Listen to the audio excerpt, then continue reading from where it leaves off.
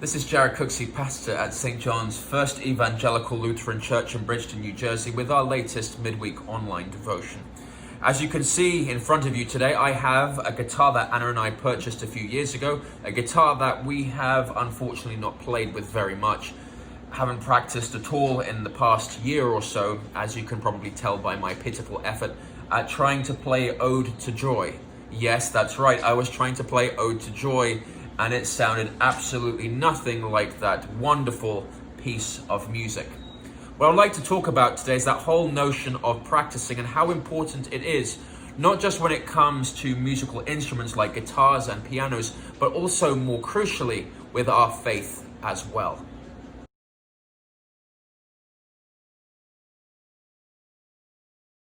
We've all heard that saying, of course, practice makes perfect. And when it comes to my guitar playing skills, then it's obvious that I need all the practice that I can get. And the same goes for any kind of instrument that you want to learn, be it the piano, the guitar, the trombone, the trumpet, whatever it may be. You have to learn how to play the individual keys and notes, and then you progress onto chords, and then before you know it, you move on to various tunes and the ability to play a song. Practice makes perfect when it comes to the sporting world as well. When I was a kid growing up, I loved to play soccer just as my son Ezekiel does as well. And if you want to progress in a sport, if you want to get better, then you have to practice. You practice your crossing, you practice your passing, your shooting, your tackling, and then over a period of time, your ability in the sport gets better and better. Now, practice is also very important when it comes to our Christian faith as well.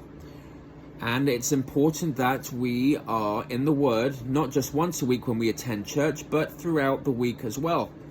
Now, there are times when we feel like we are too busy, that we have work commitments, we have family commitments, we have to eat food, we have to have a bit of time to relax. And of course, that is incredibly important. But we cannot relegate the Bible and our faith to a mere afterthought. Like, if I have the time today, then you know what? I'll spend a couple of minutes reading my Bible or praying. No, we have to be more disciplined than that and actually devote and dedicate more time to reading our Bibles. We cannot let them gather dust on our bookshelves, but they have to be an integral part of our daily lives as well. Because the more you read the Bible, the more you study, the more you pray, the more confidence and ability you have in sharing the good news of Jesus Christ with other people. As I've said before, there might be times where you have to defend your faith to other people, and there might be times when you have the ability to share the good news of Jesus Christ with other people. The more you know, the more confident you are, the more practice you have, the better you are at sharing and spreading the good news of Jesus Christ. With that being said, I'd like to share with you just two very brief passages with you with this video today, and the first one comes from the book of Romans, and the second comes from the Gospel of Matthew. Romans 10:17. So faith comes from hearing, and hearing through the word of Christ. And now Matthew chapter 10, verses 19 through 20. When they deliver you over, do not be anxious how you are to speak or what you are to say. For what you are to say will be given to you in that hour. For it is not you who speak, but the Spirit of your Father speaking through you. Dear friends, I encourage you all to remain in the Word and to keep on practicing. Our Lord is with us every step of the way, and never think that you are doing this by yourselves.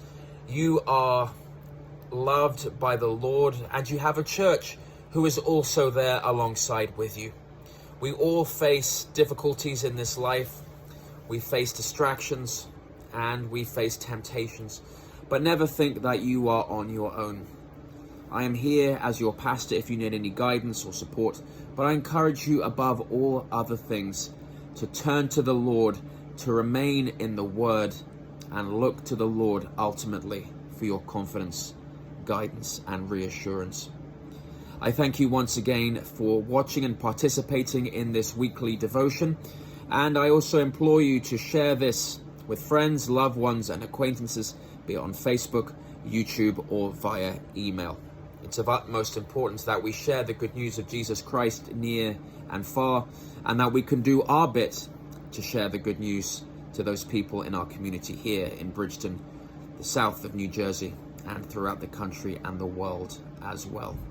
To the Lord be all the power and the glory, and I pray that he blesses each and every single one of you this day, and of course the week ahead. Our Father, who art in heaven, hallowed be thy name. Thy kingdom come, thy will be done, on earth as it is in heaven. Give us this day our daily bread, and forgive us our trespasses, as we forgive those who trespass against us. And lead us not into temptation, but deliver us from evil. For thine is the kingdom, the power, and the glory, for ever and ever. Amen.